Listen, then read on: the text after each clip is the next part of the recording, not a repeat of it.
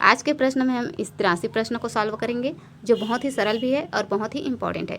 CG TET वर्ग 2 और CG teacher वर्ग 2 दोनों के लिए और दोनों में ही प्रश्न आ चुका है। तो उन व्यक्तियों के लिए यह बहुत ही महत्वपूर्ण है जिनको मैथ ज़्यादा नहीं आती है, मैथ जिनका वीक है। उन लोगों को सरल सरल क्वेश्चन जो है गलत हो जाता है या छूट जाता है, तो बाद में देखने पर बहुत ही पछतावा होता है। इसलिए आप सरल सरल प्रश्नों पर ज़्यादा ध्यान दें जिसका मैथ कमज़ोर है, और उन प्रश्न को सॉल्व करने का तरीका सीखें।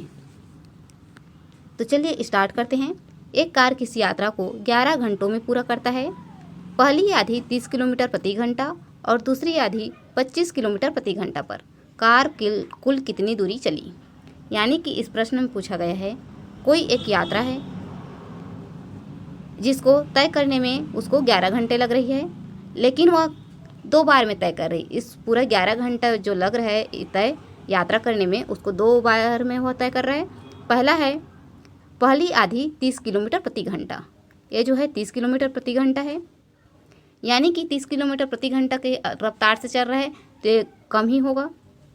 और ये जो दूसरा है, दूसरा आधी घंटा, यानी कि दूसरा आधी जो तय कर रहा है यात्रा, वो 25 किलोमीटर प्रति घंटा, यानी कि थोड़ा सा लंबा होगा, तभी तो इसको 25 किलोमीटर में कर रहे हैं। 11 है, अब 11 को 2 से भाग करेंगे तो 2 5 6 10 आ जाएगा। फिर यहाँ पर 2 5 6 10, यानी कि यहाँ पर 5.5 हो रहा है अगर 2 भाग में बांट रहे हैं तो।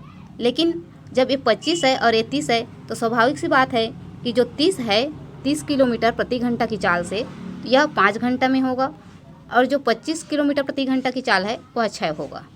तो यहाँ पर हम कह सकते हैं कि जो 11 घंटा की तय है यात्रा, उसको 2 भाग में डिवाइड करते हैं, तो जो 30 किलोमीटर प्रति घंटा की चाल से चल रहे उसको हम कर देते हैं 5, और जो 25 किलोमीटर प्रति घंटा की चाल से चल रहा है उसको कर देते हैं हम 6 घंटा। तब यहाँ पर 5 गुणा 30 कर सकते हैं या 30 गुणा 5 कर सकते हैं, जिससे इसका 5 तिया 15, तो 150 आ गया।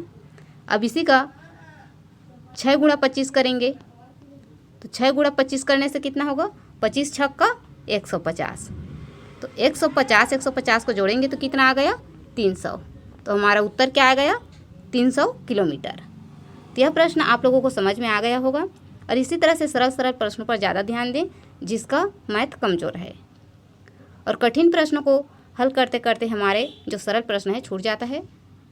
तो सेल्फ स्टडी और जिसका कमज़ोर है गणित, उन लोगों के लिए बहुत ही इम्पोर्टेंट है।